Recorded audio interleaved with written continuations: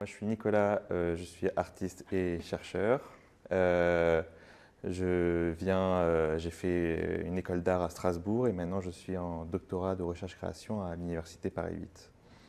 Et moi, c'est Lorena. Je suis Lorena Lisambard.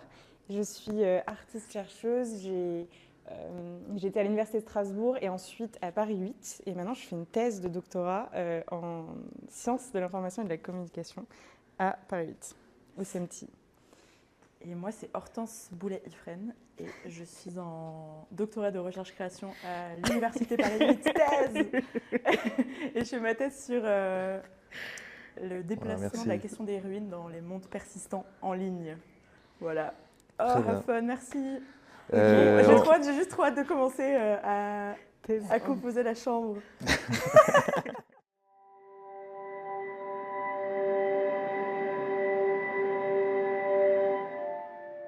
On compose la chambre de gamer, Okay. la chambre idéale du gamer, genre. La Ouais, plus tunée possible. La plus tunée. Est-ce que vous me permettez de prendre le premier objet qui me semble être le plus important? Vous savez que je vais prendre le siège de gamer. On sait. Parce que, alors apparemment, on va absolument me mettre un setup, mais je veux d'abord un siège, parce que je pourrais, moi, simplement passer du temps sur ce siège avant même d'avoir un ordinateur à disposition. Où est-ce que tu veux le mettre? Moi, j'ai un siège chez moi, effectivement, un siège de gaming qui ressemble exactement à celui-là, noir et rouge, parce que c'est un peu le duo de couleurs le plus fréquent. Et c'est un objet que j'ai acheté parce que je faisais une performance autour justement de cet objet qui est un peu iconique au centre de la chambre d'ado et la chambre du gamer, la chambre des créateurs et créatrices de contenu. Et un siège que tu as même pris dans le métro. Attends, mais tu te fais envahir par les sièges. On fait une chambre que à base de sièges. Ah oui. Venez, on fait prend que un objet. On fait un lit en forme de siège. On peut bouger l'objet ou on peut pas bouger l'objet? Ou au moins le mettre à l'horizontale. Comme ça, genre, on fait un lit en siège gaming. Nico, peut-être tu peux raconter la fois où tu as pris ton siège gaming dans le métro et que tu t'es assis dessus et que tu as pris le métro avec ton siège gaming. Et tu t'es retrouvé dans une forêt avec des chasseurs. On peut tout faire apparemment. Ok, trop bien. Ok, est-ce qu'on se construit une chambre juste en siège gaming? On construit genre une montagne, vraiment. Ouais. Ou genre une accumulation de sièges. Genre. Ouais, comme ça. Vraiment là. Ok, bah prenons plein de sièges de gaming alors. Ouais, bien, on fait ça. Ouais. Genre une forêt de sièges gaming. Ouais. Oh, tellement. La tour de Babel des sièges gaming.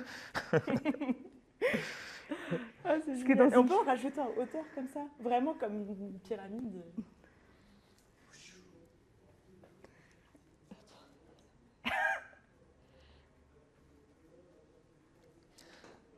Ben, le siège de gaming, moi, c'est un objet qui me fascine assez parce que, en fait, il faut savoir qu'elle a été. Ah oui, il faut répéter les questions, pardon. Le siège de gaming. Alors. C'était quoi la question? Oh ouais. Wow. Ah oui, on peut vraiment tout moduler.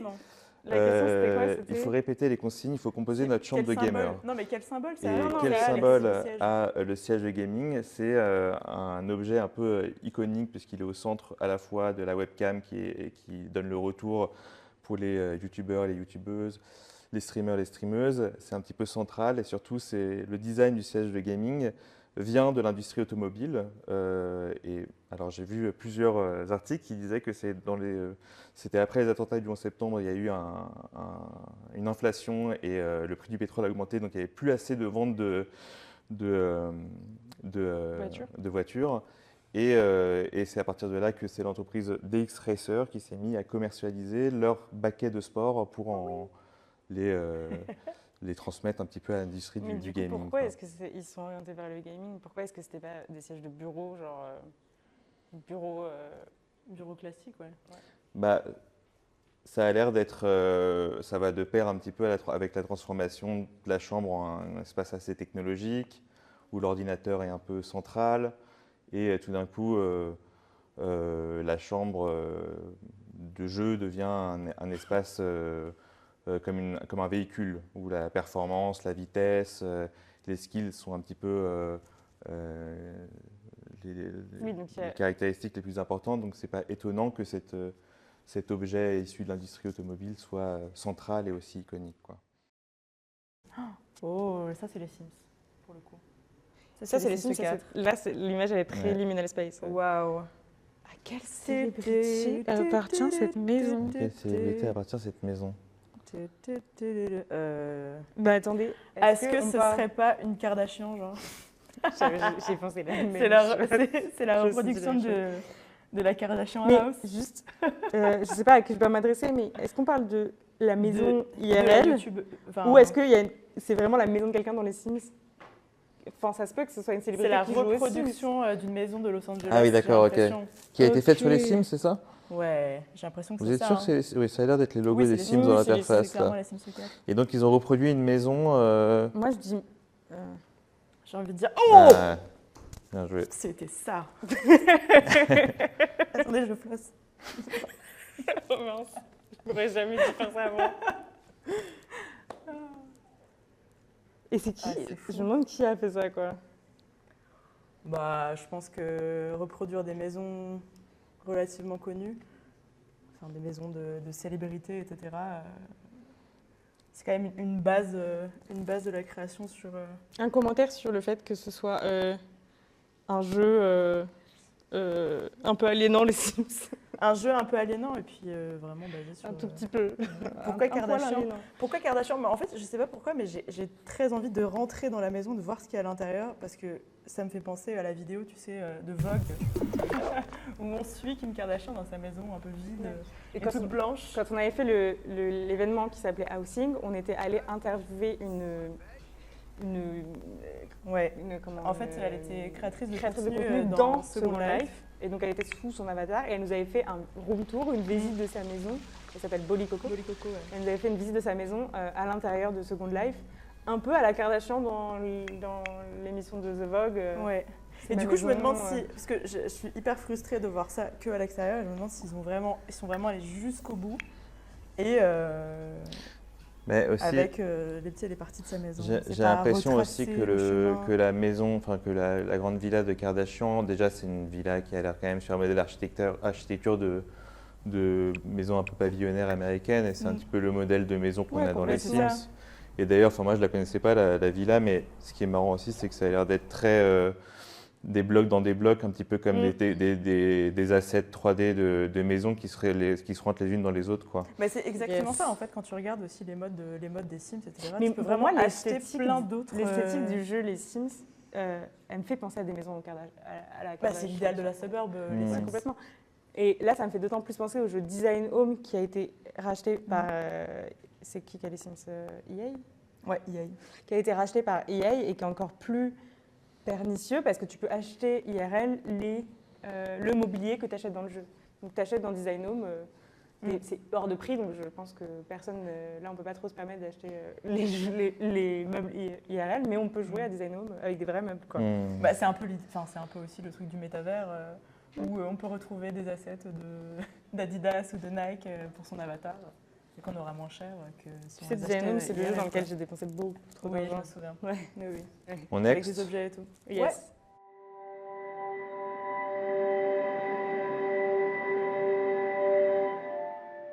Il y a vraiment la superposition entre monde virtuel Là, c'est et le, monde actuel. c'est le rappeur, je sais plus comment il s'appelle, non? Attends. Ah non, c'est pas du tout des jeux qu'on connaît en fait. Sky Children of the Light. Ok. Ok, ça, lui, c'est le nom du. Attends, c'est le nom du concert. Peut-être on peut choisir chacun une différence et une ressemblance. Moi j'ai l'impression que là, la ressemblance la plus frappante, effectivement, C'est le côté événement, c'est que ça a l'air d'être un lieu d'exposition, d'un concert, d'un show pour les trois, parce que là on a l'air d'avoir comme une espèce de peep show qui ressemble un petit peu au peep show de Second Life. Bah, je sais pas, ça ressemble quoi. C'est fou. les Ensuite on a un interactions, c'est concert dans vraiment Roblox et Là, un concert sur... un peu pixelisé, je saurais pas dire, mais ça a l'air d'être dans un stade, donc ouais. Ouais, c'est ça. Bah, Trois ressemblances, ça a l'air d'être des métaverses, je suis pas sûre. Oui, c'est clairement des mondes virtuels. C'est la superposition entre, Le problème, c'est qu'on les connaît entre pas. événements donc on peut pas actuels et trop faire de événements différence. jeux sur téléphone. Ah ouais, d'accord, ici, ok. là, Ouais. celui-ci, Ouais, ok. c'est ce qu'il a l'air de dire. Et les autres, c'était quoi du coup? C'est bien Roblox, là? Ouais. Ok, et là-bas, Est-ce que c'est Ver... Non, c'est pas VRChat. Mais en Peut-être fait, la- il y a vraiment personne. Là, il y a vraiment Second une Life foule. aussi, ouais. Peut-être Mais que la non, ressemblance, c'est c'est pas que c'est des jeux dans lesquels les enfants volent la carte bleue de leurs parents pour dépenser plein d'argent derrière. Ouais, c'est vrai. En fait, c'est hyper difficile de reconnaître certains trucs parfois parce que Ok, les donc ça, c'était esthétiques Second- sont donc là, il y avait un assez Second Life. ressemblantes. De quoi? Là, c'est Second Life, je pense. Là-bas? Ouais, regarde, il y a un Second Life qui se balade là, sous tes pieds. Ah oui. Ok. Bah écoute, bizarre pour Pensez en la termes fille qui est censée être visuels. spécialiste de Second. Ok, pensez en termes En visuels. termes visuels, En bah, il y a termes quand même visuels. une vraie différence de graphisme, si ce n'est déjà pour le Ouais. Chara design, quoi. Second Life, ça a l'air d'être quand même plus des personnages, même s'ils sont un peu fantasmagoriques, c'est quand même des personnages humanoïdes. Là où Roblox prend un peu ses designs originaux de Minecraft avec des Lego, quoi. Enfin, ouais, des ouais, personnages. exactement, des logos personnages un peu, c'est un peu assemblage, plus des jouets pour enfants, quoi. Et là, j'ai l'impression que c'est, enfin, en fait, c'est un peu le mix des deux, où, enfin, c'est des personnages quand même humanoïdes, un petit peu, enfin, on voit pas grand-chose, hein, très honnêtement, c'est une foule, etc. Mais de manière ultra simplifiée, quoi. Hmm. Mais là, je peux pas reconnaître Second Life, ça peut être. En fait, le truc, c'est que Second Life, c'est l'esthétique de plein d'autres mondes virtuels aussi. Hmm. Il y a plein d'autres mondes virtuels qui ressemblent à Second Life, donc en fait, juste avec une image comme ça, c'est hyper difficile de reconnaître. Ah, c'est le concert de Durand dans Second Life. Donc c'est Ok, mais trois c'était quand, concerts en fait. C'était Ouais, c'était dans les ouais. années, au début des années 2000 du coup. Et avec toujours une vision de ce qu'est le fun. C'est un peu ce qu'on disait hier, Ouais. mais de à quoi est censé ressembler une expérience de fun dans ces mondes virtuels, qui est toujours un peu bizarre parce que là, il y a quand même des avatars qui bougent quasiment pas et qui sont ultra statiques Ouais. face au concert. Du coup, ça produit quand même un effet. Bah en fait, t'as l'impression que juste c'est des personnages inhabités quoi. Hmm. En fait, que finalement Et avec- seule la personne qui filme bouge, mais ils sont juste là pour regarder un concert en fait. La personne IRL est juste là avec son avatar pour regarder, mais il n'y a pas vraiment d'interaction, il n'y a pas vraiment de. Enfin, en tout cas, Ouais, sur celui-là, les Hmm. autres, Ce qui on va dénote un dire, peu avec mais- le mec qui est surexcité sur scène, genre vraiment face à Ouais. des personnages qui sont juste comme ça. Et qui puis ce bougent qui est pas. marrant aussi dans Roblox, c'est que là, ils projettent une vidéo YouTube de concert. Donc finalement, c'est quoi Ouais. la plus-value d'être présent physiquement à travers son avatar pour assister à ce concert, quoi. Et c'est un Mm. petit peu ce qui a l'air de relier aussi dans dans ces trois jeux, c'est qu'on a besoin d'avoir comme un socle physique commun Ouais, complètement. pour finalement une version un peu augmentée d'une vidéo YouTube Ouais, de c'est concert, d'être quoi. avec d'autres gens, quoi. Hmm. Parce que finalement, tu es quand même avec d'autres gens, même s'il n'y a pas tu peux pas suer, ils sentent pas ta sueur quand tu danses, tu vois. Mais Ensuite, on demande une ressemblance sur l'interaction. Bah, en tout cas, dans les vidéos choisies, il n'y a pas l'air d'y avoir énormément d'interactions, mais effectivement, l'idée d'un monde virtuel, comme beaucoup de jeux vidéo aussi en ligne, des MMO, etc., ou même, ressemblance. des jeux de points RP, textuels. l'idée c'est de pouvoir interagir avec d'autres personnes, quoi. Mais là, c'est vraiment basé IRL, quoi. Scénographie. Donc c'est question de texture, de scénographie, d'interaction. Bah, encore une fois, j'ai l'impression que sur les trois, on est quand même sur une interaction assez passive où on peut juste se déplacer face à l'espace Et du là, il y a quand concert. même des En réactions. termes de texture, on est beaucoup sur du low poly. Là, tu peux quand même faire des réactions avec des cœurs et des émoticônes, non? Alors, je pense. Tu disais. Oui, c'est vrai. Donc là, Oui. tu peux interagir avec des cœurs et Tu des peux émoticônes. interagir avec des cœurs et des émoticônes, mais normalement, tu peux aussi Il y a un côté interagir très, avec la voix, tu peux aussi interagir avec du texte. Là, il y a un côté très Si- périscope, si c'est quoi. ça. Enfin, Ouais, c'est vrai. un côté live Instagram, quoi. J'ai vu ressemblance ou différence texture. En fait, la plupart des textures dans les mondes virtuels, en tout cas ceux utilisés dans la réalité virtuelle, c'est vraiment du low poly, parce que juste ça permet d'avoir un meilleur chargement, quoi, tu vois. Là, pour le coup, j'ai l'impression que le concert de Durand, on dit Durand, j'imagine. Je sais pas si on dit Duran. Duran ou Je sais Durand, pas. je sais pas. J'imagine que c'était au début des années 2000, non? Est-ce que je me trompe ou pas? Bah, après, il y a une grosse différence On va quand même, regarder, c'est que ouais. dans Second Life, il y a une espèce de décor vraiment les années extrêmement 2010. épuré en fond noir, là Ok. où il y a quand même beaucoup plus de détails sur les deux autres jeux, quoi. Là, il y a une espèce de simulation de foule, une simulation de profondeur. en Alors fait, que c'est sur, juste un exemple. En fait, on ne peut pas dire Second Life. C'est ça le problème, c'est que dans Second Life, ça c'est une scène de la scénographie de Duran qui était spécifiquement créée pour pour ce moment-là. Les années 2010. Ah ok, merci. Tu penses que... Mais en réalité, il peut y avoir des concerts dans Second Life qui ressembleraient à ça. Mm. Yes, trop bien. Il y a des scénographies dans Second Life qui pourraient ressembler à des stades où il y a des concerts sur des plages, etc. La scénographie, elle est spécifique. Mais du coup, tu penses que dans Second Life, tu peux avoir des expériences plus singulières que dans Roblox? Non, pas forcément, c'est pas du tout ce que je dis. Au contraire, je pense que chaque personne a l'attachement à son monde virtuel, tu vois, ça dépend un peu Ah oui, voilà, de Post ses Malone. habitudes de vie, quoi. Mais c'est Concert fou de parce que Post Post Malone... Concert de Post Malone Parce que dans Roblox, ouais. c'est des enfants. Enfin, je veux dire, Roblox, je sais pas quelle est la moyenne d'âge sur Roblox, mais je pense que c'est quand même des très Ouais, il y a jeunes. beaucoup d'enfants sur En Roblox. tout cas, il y en a beaucoup. Du coup, c'est marrant que le concert soit de Post Malone. Ouais. Alors attends, différence, concert individuel. À quel moment il s'est participation dit... Enfin, je sais pas, tu vois, instrument est-ce que ça renforce la représenté street avec cred l'artiste. de faire un concert dans Roblox? Passivité du Ça, c'est un public, peu les différences qu'on a notées, j'ai espace l'impression. clos, concert collectif, vidéo mappée. Ouais, ça résume assez bien, je pense. Ouais.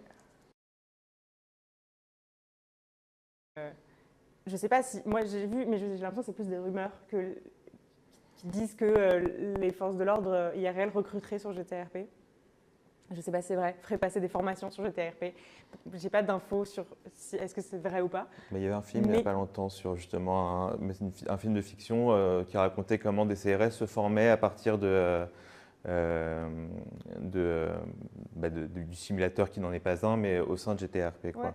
Mais du coup, je ne sais pas si c'est officiel, enfin, tu vois, si c'est des pratiques officielles, mais en tout cas, il y a du RP policier, quoi. Donc, c'est vrai qu'en fait, et c'est ça que moi, ce qui m'intéresse dans ma thèse, c'est que c'est vraiment le meilleur endroit pour pouvoir justement faire ce que je pense est le vrai travail de la police, parce que c'est pas un travail spectaculaire où on va arrêter des bandits en faisant tout le temps des trucs héroïques, etc. Je pense que c'est énormément de travail administratif, énormément de tâches quotidiennes, chiantes, etc. Et c'est tout ce que tu peux faire dans GTRP, des tâches quotidiennes chiantes.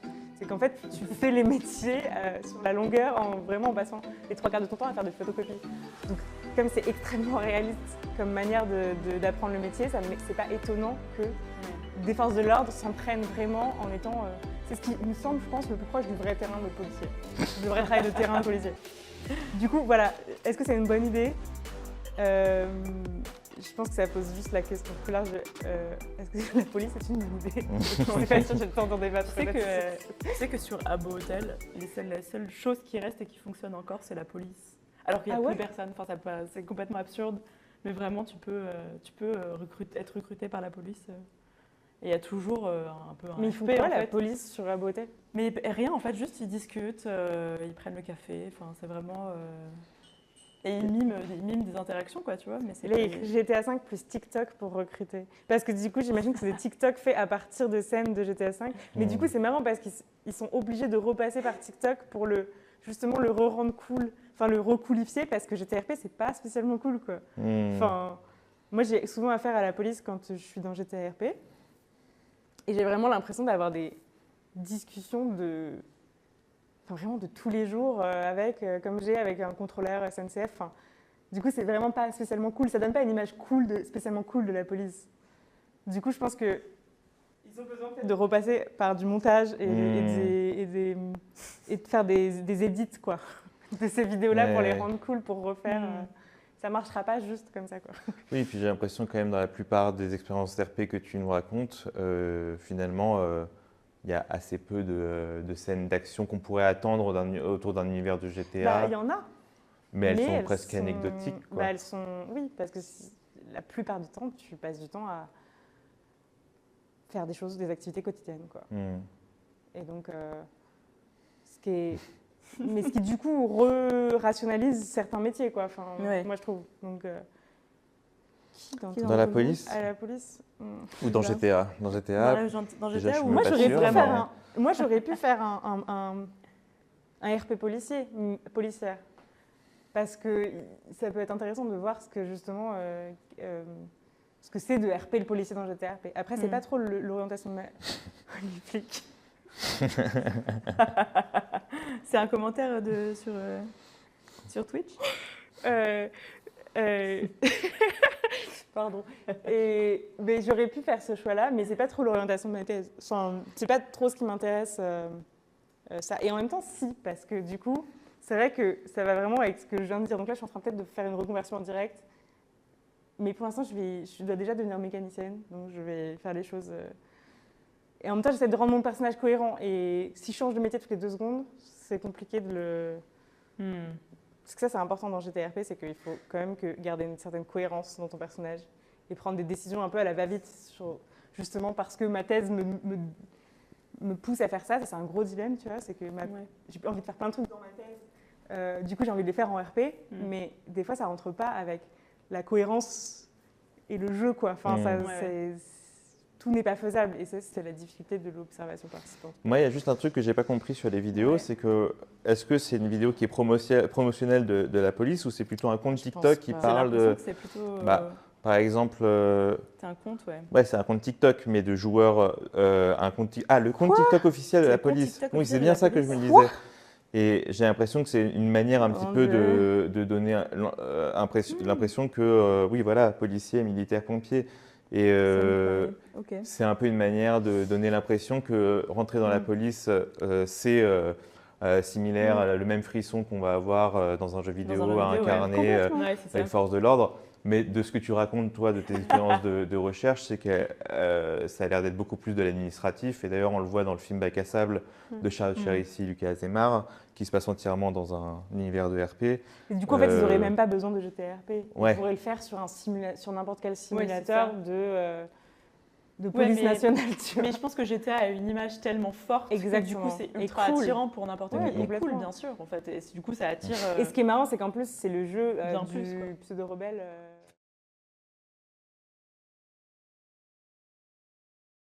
Iriez-vous à cette manif? Ah bah carrément, ouais. Mais je connais des gens qui sont allés à cette manif. C'était pour la campagne de 2007. Il y a le FN qui s'est installé dans Second Life.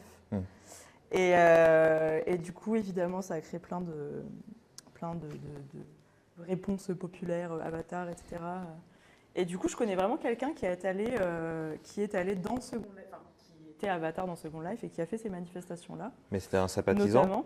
Non, pas du tout. C'était pas du tout un de FN. Ah oui, d'accord. Moi, je pensais, pardon, j'étais resté sur le logo, j'avais l'impression que c'était... Non. C'était presque le regarde, siège. Il y a des gens tout nus là. Oui, mais là, ils sont sur le... Mais là, c'est le siège du Front National et ils sont allés manifester devant le siège du Front National dans Second Life, c'est ça? C'est le siège du Front National dans Second Life et des avatars sont allés manifester. Ah ça oui, reste dans la scène. Iriez-vous à cette manif? Est-ce que cette manif aurait un impact? Moi, je pense que oui, parce que c'est un espace. Donc, je pense que... C'est un espace comme un autre où des gens interagissent et donc qui a à investir politiquement. Oui, totalement. On investit au quotidien. Donc, ce que me racontait la personne qui a participé à ces manifs-là, c'est que en fait, elles arrivaient. Donc, Second Life, c'est des îles autour de laquelle il y a de l'eau. Et avant, en fait, on pouvait aller d'île en île par l'eau. Donc, on prenait un bateau, peu importe le mode de transport, mais on pouvait atteindre les îles comme ça. Et ce qu'elle me racontait, c'est que dans son inventaire, elle avait un script, enfin un objet scripté, qui était mais vraiment fait pour faire bugger ces îles-là. Enfin, en fait, pour faire bugger des îles. Donc, elle sortait son objet de son inventaire et c'est une espèce d'énorme nuage de fumée rose scripté en fait pour faire complètement bugger cette vraiment l'île quoi, l'île dans son entière qui se retrouvait d'un gros limite c'est des fumigènes ou des cocktails Molotov, c'est vraiment des fumigènes tu vois, donc il y a un peu des manières de hacker en jeu finalement. Après je sais pas l'impact. Mais c'est l'histoire du modding politique Tu veux dire du hacking? Pourquoi le film on nous demande pourquoi le FN est-il dans le jeu? En fait, c'est une question aussi de prosélytisme un peu politique. On veut, c'est une manière comme une autre d'atteindre des nouveaux, des futurs votants, quoi. Et puis il y avait pas que Le Pen, il y avait aussi le siège de Ségolène Royal dans Second Life. Il y a un côté troll, un petit peu, tu vois. De la part du FN, tu veux dire? Non, de la part peut-être de ramener justement des figures comme ça qui sont tu vois, très polémiques dans ce genre de jeu. Ça me fait un peu penser à la scène dans Bac à sable où tu sais, il y a un jeune qui dit qui est sur les toits de GTA et qui dit et on lui demande pourquoi tu parles de Zemmour et il dit mais j'ai le droit de parler de Zemmour et tout. Et tu vois, on sent que c'est un jeune Ouais. qui a un peu envie de, tu Ouais, vois, ouais. de venir. Enfin, il y a un truc un peu jeuxvideo.com. Bah oui, quoi. c'est tout à fait Ouais. ce que j'allais dire. C'est qu'aussi bien enfin, que souvent les politiques on font un peu du pied au forum de jeu, quoi. Et Ouais. c'est pas étonnant que ces Oui, univers-là voilà, peuvent Sarko, attirer tu vois. Ça, c'est Et, Sarko. mais Ouais. je pense que c'était vraiment. Second Life, c'est plus ou moins basé aussi sur le monde actuel. Il y a aussi tous les suburbs. Il y a, je sais pas, il y avait Orange dans Second Life. Il y Ah, avait mais plein de magasins. Il y avait American euh, Apparel. Il y avait plein de magasins. Mais même, il y réels, avait tu vois. Ségolène Royal sur SL. Oui, c'est ce que j'ai dit. Il y avait Ah, vraiment le pardon. comité Désir d'avenir, voilà, comité Désir d'avenir de Ségolène Royal. Bah, c'est un espace, donc j'imagine que. Oui, comme voilà, tous les en fait, espaces, c'est vraiment. Puis c'est un espace de rencontre dans lequel on peut faire Il dit, c'est voilà, quoi, des c'est quoi discours. la manif du futur? La manif du futur dans un monde virtuel, ce serait Bah vous, est-ce que déjà vous iriez continuer, en fait, de continuer aussi à réunir des gens dans ces mondes-là et de aussi continuer à se politiser dans ces mondes-là, en fait, Ouais. finalement. Mais est-ce que vous iriez dans ces manifs-là? Parce que je pense qu'aujourd'hui, Moi, je pense que ouais. Moi, je Mais pense que carrément, j'irai bien parce que enfin, j'ai un peu de mal avec la foule, tu vois. Mm. Et du coup, les manifs IRL, quand j'y vais, je sais que c'est dur, tu vois. Donc, Ségolène n'est pas anti-jeux vidéo. anti-jeux vidéo. Pourquoi il y a un truc dans lequel Ouais, elle est ouais. anti-jeux vidéo, ouais. Oui, bah elle avait. Bah, de toute façon, à un moment donné, tout le monde commençait il y a à. C'est un longtemps, peu, elle mais a c'était sorti. une hype aussi Second Life pendant hyper longtemps.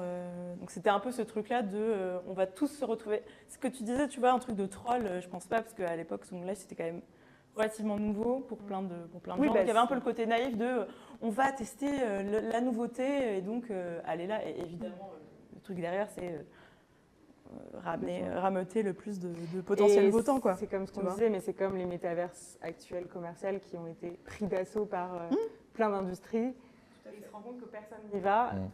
Du Donc coup, en fait, tous ces espaces-là, en fait, sont complètement, n'existent plus aujourd'hui, quoi. On peut plus retourner dans le QG de campagne de Second Life. tu peux pas faire de l'urbex dans le dans le non, non, QG mais aujourd'hui, campagne. non, aujourd'hui, il y a plus ces mondes-là, quoi. C'est en fait, pour elle, PS égale pour les urbex. prochaines, PS égale urbex. Bah, Gauche égale urbex. franchement, bah non, mais attends, faut pas dire ça. Ouais, on Surtout peut pas aujourd'hui. pas parler de ça. Mais moi, je pense que j'irais ni dans Enfin, gauche un socialiste, QG politique sur Second Life que sur une manif. Enfin, je crois vraiment que j'aurais le même sentiment que Ouais. d'être dans un métavers vide où j'ai l'impression que j'aurais pas. Enfin, dans ce cas-là, j'irais sur Discord, quoi, si j'avais Bah, envie je d'avoir une préférerais, discussion. Mais j'ai pas l'impression que ce besoin de me spatialiser. Alors, effectivement, tu viens de parler de ces fumigènes et de cette possibilité peut-être, effectivement, d'avoir un impact physique sur le serveur qui va générer, enfin, sur lequel est hébergé le QG. Mais sinon, le fait de se rassembler, surtout en ce moment dans les manifs, c'est aussi de partager une foule Complètement. tangible. Je suis d'accord. Et je sens pas, moi, ce besoin et ce fantasme un peu qu'on a avec les métavers qui marche pas du tout, quoi. Front populaire dans Fortnite. Bah, moi, je suis mais pas en fait, d'accord pourquoi avec pas, ce que tu viens de dire. enfin, je veux dire, si on peut. Bah, moi, aussi j'apprécie regarder un film dans GTA avec beaux avatars, ou j'apprécie faire une fête, tu vois. Parce qu'une fête, quand même, c'est quelque chose. Bah, c'est faire même pour une manif, quoi. Toi, tu ferais une fête tu irais à une fête dans un monde virtuel? Bah, par exemple, pendant le confinement, moi j'avais beaucoup de mal à spatialiser. On avait fait un petit peu de roleplay, mais sur plateau. On avait un peu recréé une table dans laquelle on jouait à Donjons et Dragons, mais en virtuel. Et moi, j'avoue que j'ai pas ces pratiques-là et j'ai vraiment du mal, on va dire, à retrouver, on va dire, ce plaisir de la physicalité. Et moi, ma manière d'expérimenter ces espaces, elle est plutôt dans les mécaniques que dans ce décor. Et quand je me retrouve dans les décors des métavers, j'ai l'impression que ça m'empêche vraiment de m'y situer, quoi. Bah, mais parce pour que le je coup, sens pour que moi, sur tous ces espaces, j'irai la pas non rue, plus. En fait, j'irai pas au QG de. Manon Aubry. de dans- Ségolène Pour moi, Royal. ça, c'était un peu cosmétique, quoi. Manon Tu vois, Aubry dans c'est- GTRP. Allez. Bardella dans Red Dead Redemption, bah. C'est un peu Ouais. ça. Mais l'idée de la Bardella, c'est conquête. un gros gamer. Ouais, j'ai vu. T'as vu? Ouais.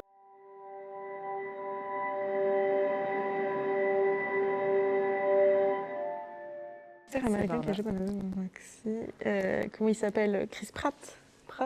P-R-A-T-T. I guess, dans le 1. Yes. Et donc, 3 prénoms de la réalisatrice du film Les Goûts des Autres, la honte, je sais pas. Vous savez? Je vois très bien ce film de Bakri. Bon, ça va, j'en ai trouvé 2 déjà. Mais Mais acteur américain Moi, qui j'ai a dit joué dans Les Pratt, Gardiens donc de la a Galaxie. priori, je sais pas si c'est bon. Je que c'est pas bon. Gardien de la Alors, Galaxie. attends, il y a qui d'autre dans Les Gardiens de la Galaxie? Chris. Ah, Chris, ok. Ah, Merci, prénom. ok, Ok, Chris. Ah oui, ok, Chris. Ok, Agnès, donc. Donc c'est Agnès. Ah, donc en fait, il y avait... Le 2, c'est Agnès. Chris Varda, Chris Marker et Agnès Varda. Oui. Ah, purée, mon épée. Agnès de Ci de la Varda. Agnès Varda, Chris Ouais. J'ai mis 3 heures à comprendre. Ok. Bah, ça aurait pu ne pas être ça aurait pu être 2 autres mots. Oui, oui. Trop bien. Bah écoutez. Mot anglais pour désigner un faux trépé, c'est... Chris Marker Ah, et c'est Agnès bien. Varda. Chris Marker. Vous n'avez pas fait une Chris blague Marker, comme ça, Agnès une fois? Varda, mais c'est vraiment les. Enfin, pour moi, c'est le plus.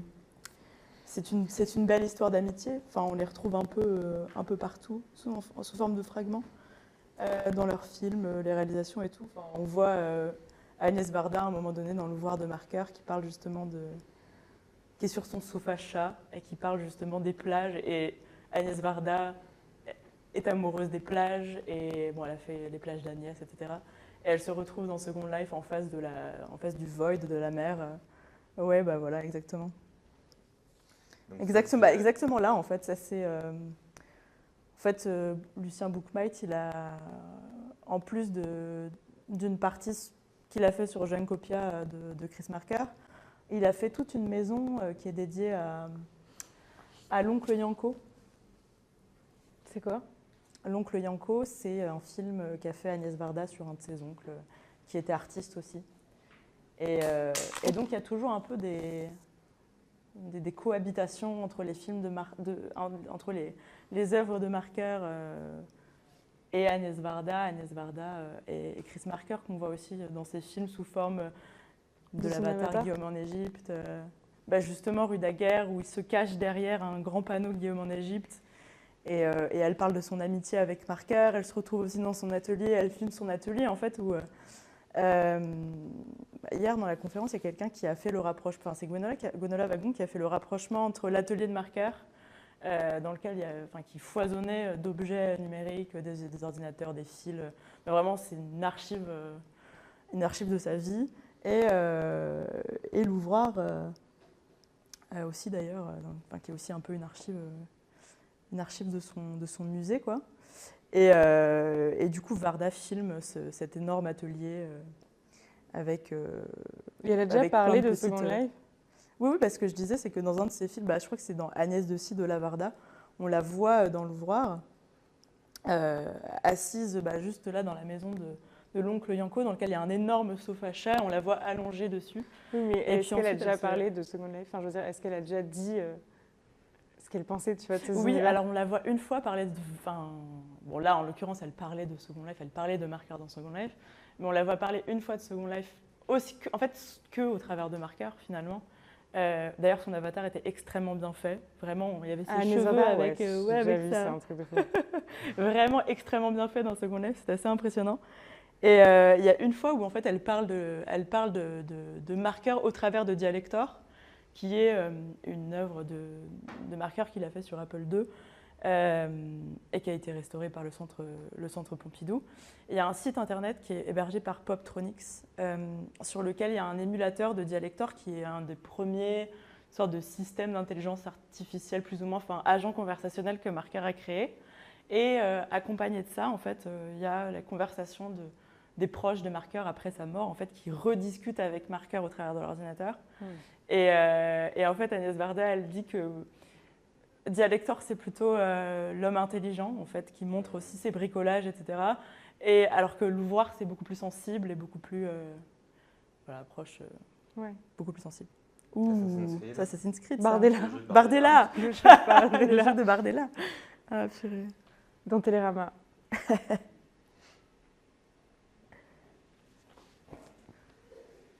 Jeux vidéo. Auront-ils la pro des Auront-ils la pro des...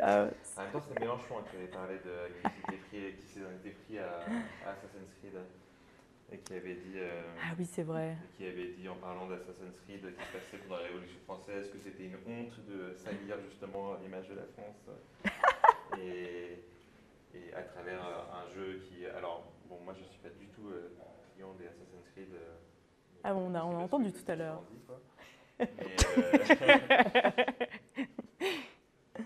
C'est C'est de droite. Est-ce que Assassin's Creed c'est de droite ou pas? Je trouve que Assassin's Creed c'est plus de droite que. Que quelle heure que...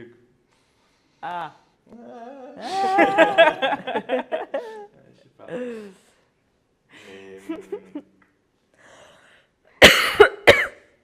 Mais qu'est-ce qu'ils veulent dire? Alors, qu'est-ce qu'ils veulent dire par Est-ce qu'ils ont la peau des profs d'histoire? Je pense. Mais surtout, genre, Attends, qu'est-ce que ça veut dire jeu pourquoi il y a vidéo, ça, en virgule détail, là YouTube, genre. Ouais. Oui, déjà, ce commentaire, il est vraiment très étrange. Quoi. On sent que c'est vraiment un article hyper réactionnaire, déjà, qui associe un petit peu cet imaginaire du jeu et de cette communauté de youtubeurs, youtubeuses, de streamers. Mais pourquoi il y a le code barre Télérama égale Ségolène Royal. Pourquoi il y a le code barre là? Je sais pas. Je comprends pas. Mais je pense qu'ils n'auront jamais la peau des profs d'histoire parce que quand on joue à des jeux qui se passent dans un contexte historique, je pense que surtout dans ce genre de jeu un peu blockbuster, on fait vraiment la différence et peut-être par rapport au thème, on a un principe de désaffection, c'est-à-dire qu'on fictionnalise vraiment ces mondes-là et on n'a pas tellement envie de le prendre comme un objet historique, quoi.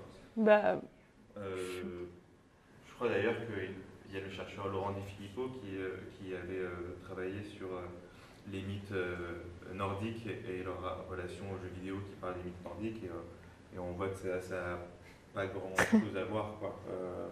Et c'est juste des objets différents, il faut peut-être pas ouais, complètement. les prendre pour des Mais est-ce que quand on joue à un jeu où on a des formes d'adhésion avec ce qui se passe, tu vois, genre, je sais pas si la question elle est si réglée que ça. Bah moi je pense justement pourquoi. Mais moi déjà me pointe pas du doigt. S'il te plaît, Par déjà. exemple, pourquoi je dis que Bardella il jouerait à Assassin's Creed, c'est parce que. Voilà, déjà, s'il te plaît, commence par ça. Même parce qu'il y a un imaginaire, par exemple, des Vikings très masculins avec les couples Vikings qui est vraiment très repris dans l'imaginaire de l'extrême droite, avec une vision. Mais ça très c'est masculine. Valhalla. Non, c'est Oui, pas. mais C'est déjà, pas. c'est Assassin's Creed avec tout justement ce culte un peu très masculin Ouais. de personnages. Bah, on forts. coolifie. Oui, oui. Dans Assassin's Creed. Non, mais de coolification de ces personnages-là, Oui, quoi. oui, donc ça a l'air d'être ouais, des espaces-temps différents, plus des projections, un peu des fantasmes d'une histoire qui n'existe pas vraiment, quoi.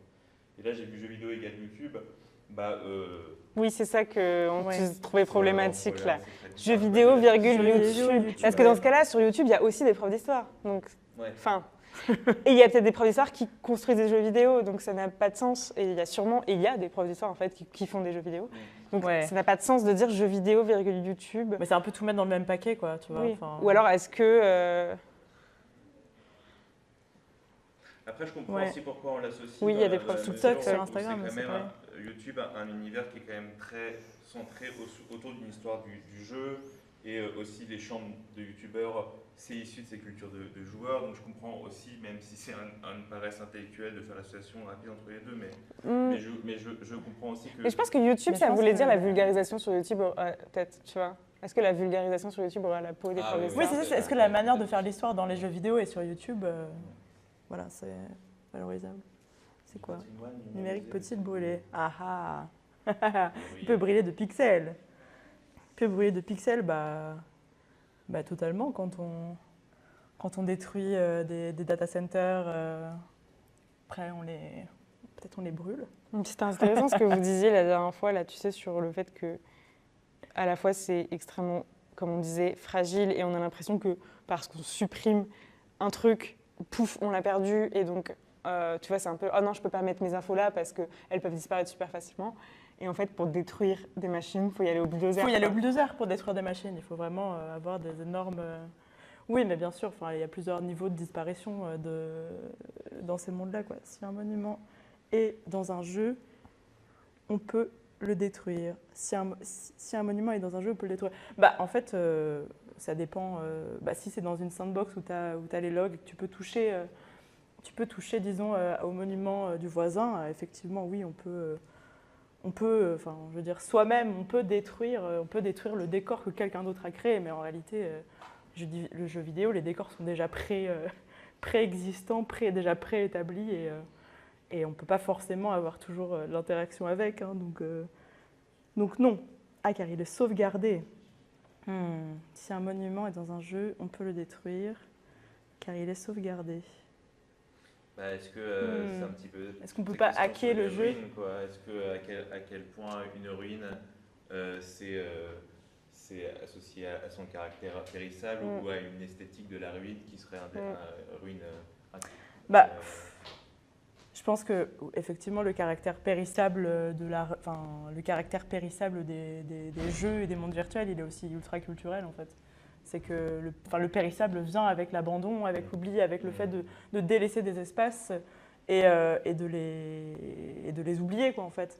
Mais ce que j'essaie aussi d'approcher, c'est l'idée qu'il y a différentes couches et comme tu viens de l'évoquer, tu vois, c'est que la fragilité dans ces mondes-là, c'est qu'en fait, en quelques clics, on peut supprimer un espace de manière ultra rapide, extrêmement violente finalement. Et aussi, Ubisoft a-t-il sauvé Notre-Dame?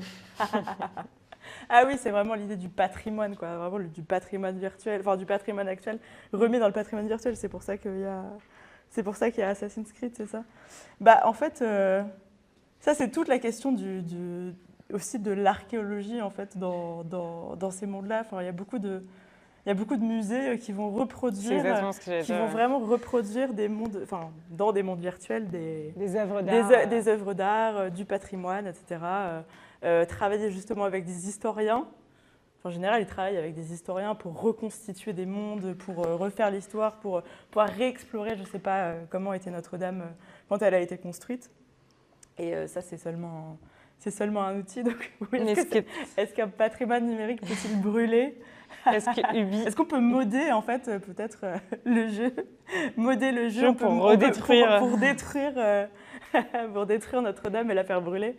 Ce serait performativement assez drôle. Et peut-être que justement on pourrait retracer ce qui s'est passé étape par étape quand Notre-Dame a brûlé. D'ailleurs, j'étais en face du truc. Ubi, c'est de... Oula, c'est en mode next là.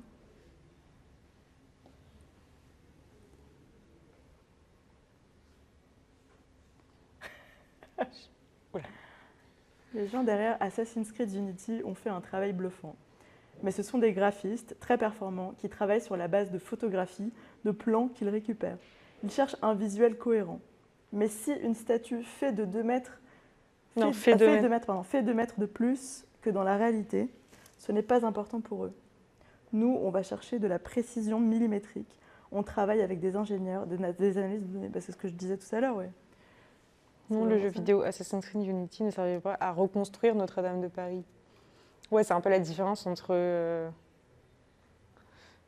les jeux de simulation, entre la simulation et puis, un peu comme on disait hier, entre les jeux de course et les jeux de simulation, quoi. De simulation de conduite, quoi. Mais... effectivement, je pense que dans Assassin's Creed, c'est toujours des fantasmes aussi. Complètement. D'une histoire qui serait plus monumentale, c'est vraiment le roman national, quoi. Il y a cette idée de grandir, de faire des personnages d'ailleurs très américanisés, avec des architectures beaucoup plus lumineuses, beaucoup plus grandes, et c'est pas des reconstitutions historiques, mais c'est plutôt des fantasmes et des fictions, quoi. Ouais, c'est ça, c'est le fantasme de ce qu'était Paris, de ce qu'était Paris à cette époque-là. C'est pour ça qu'il parle de cohérence visuelle, donc c'est un peu l'idée extraite et fantasmée de ce à quoi ça ressemblait. Mais c'est bien là la différence entre l'outil historique qui va chercher à être ultra précis et un jeu vidéo qui va chercher plus à créer un univers, un environnement, une atmosphère, quoi, en fait, finalement. Enfin, là où finalement l'exactitude historique n'a pas forcément... Oui, de grande importance. En fait, n'a pas forcément de grande importance, quoi. Est-ce que dans Assassin's Creed, et ça pourrait le faire en fait, on pourrait être dans le personnage principal et aller voir Notre-Dame en se disant est-ce qu'ils ont bien mis cette pierre ici spécifiquement, est-ce que ça pourrait être des outils, tu vois ce que je veux dire. On pourrait visiter Assassin's Creed comme on visiterait un monument et du ça passé. nous raconterait Quoi. quelque chose. Quoi. Mosquée Hassan II dans Second Life. Ça, je savais pas. Ok. Bah, y a vraiment beaucoup de cultuel dans Second Life, mais même dans les mondes virtuels de manière générale. Non, je crois pas. Je crois que c'est genre la page de fin. Trop marrant. Bravo.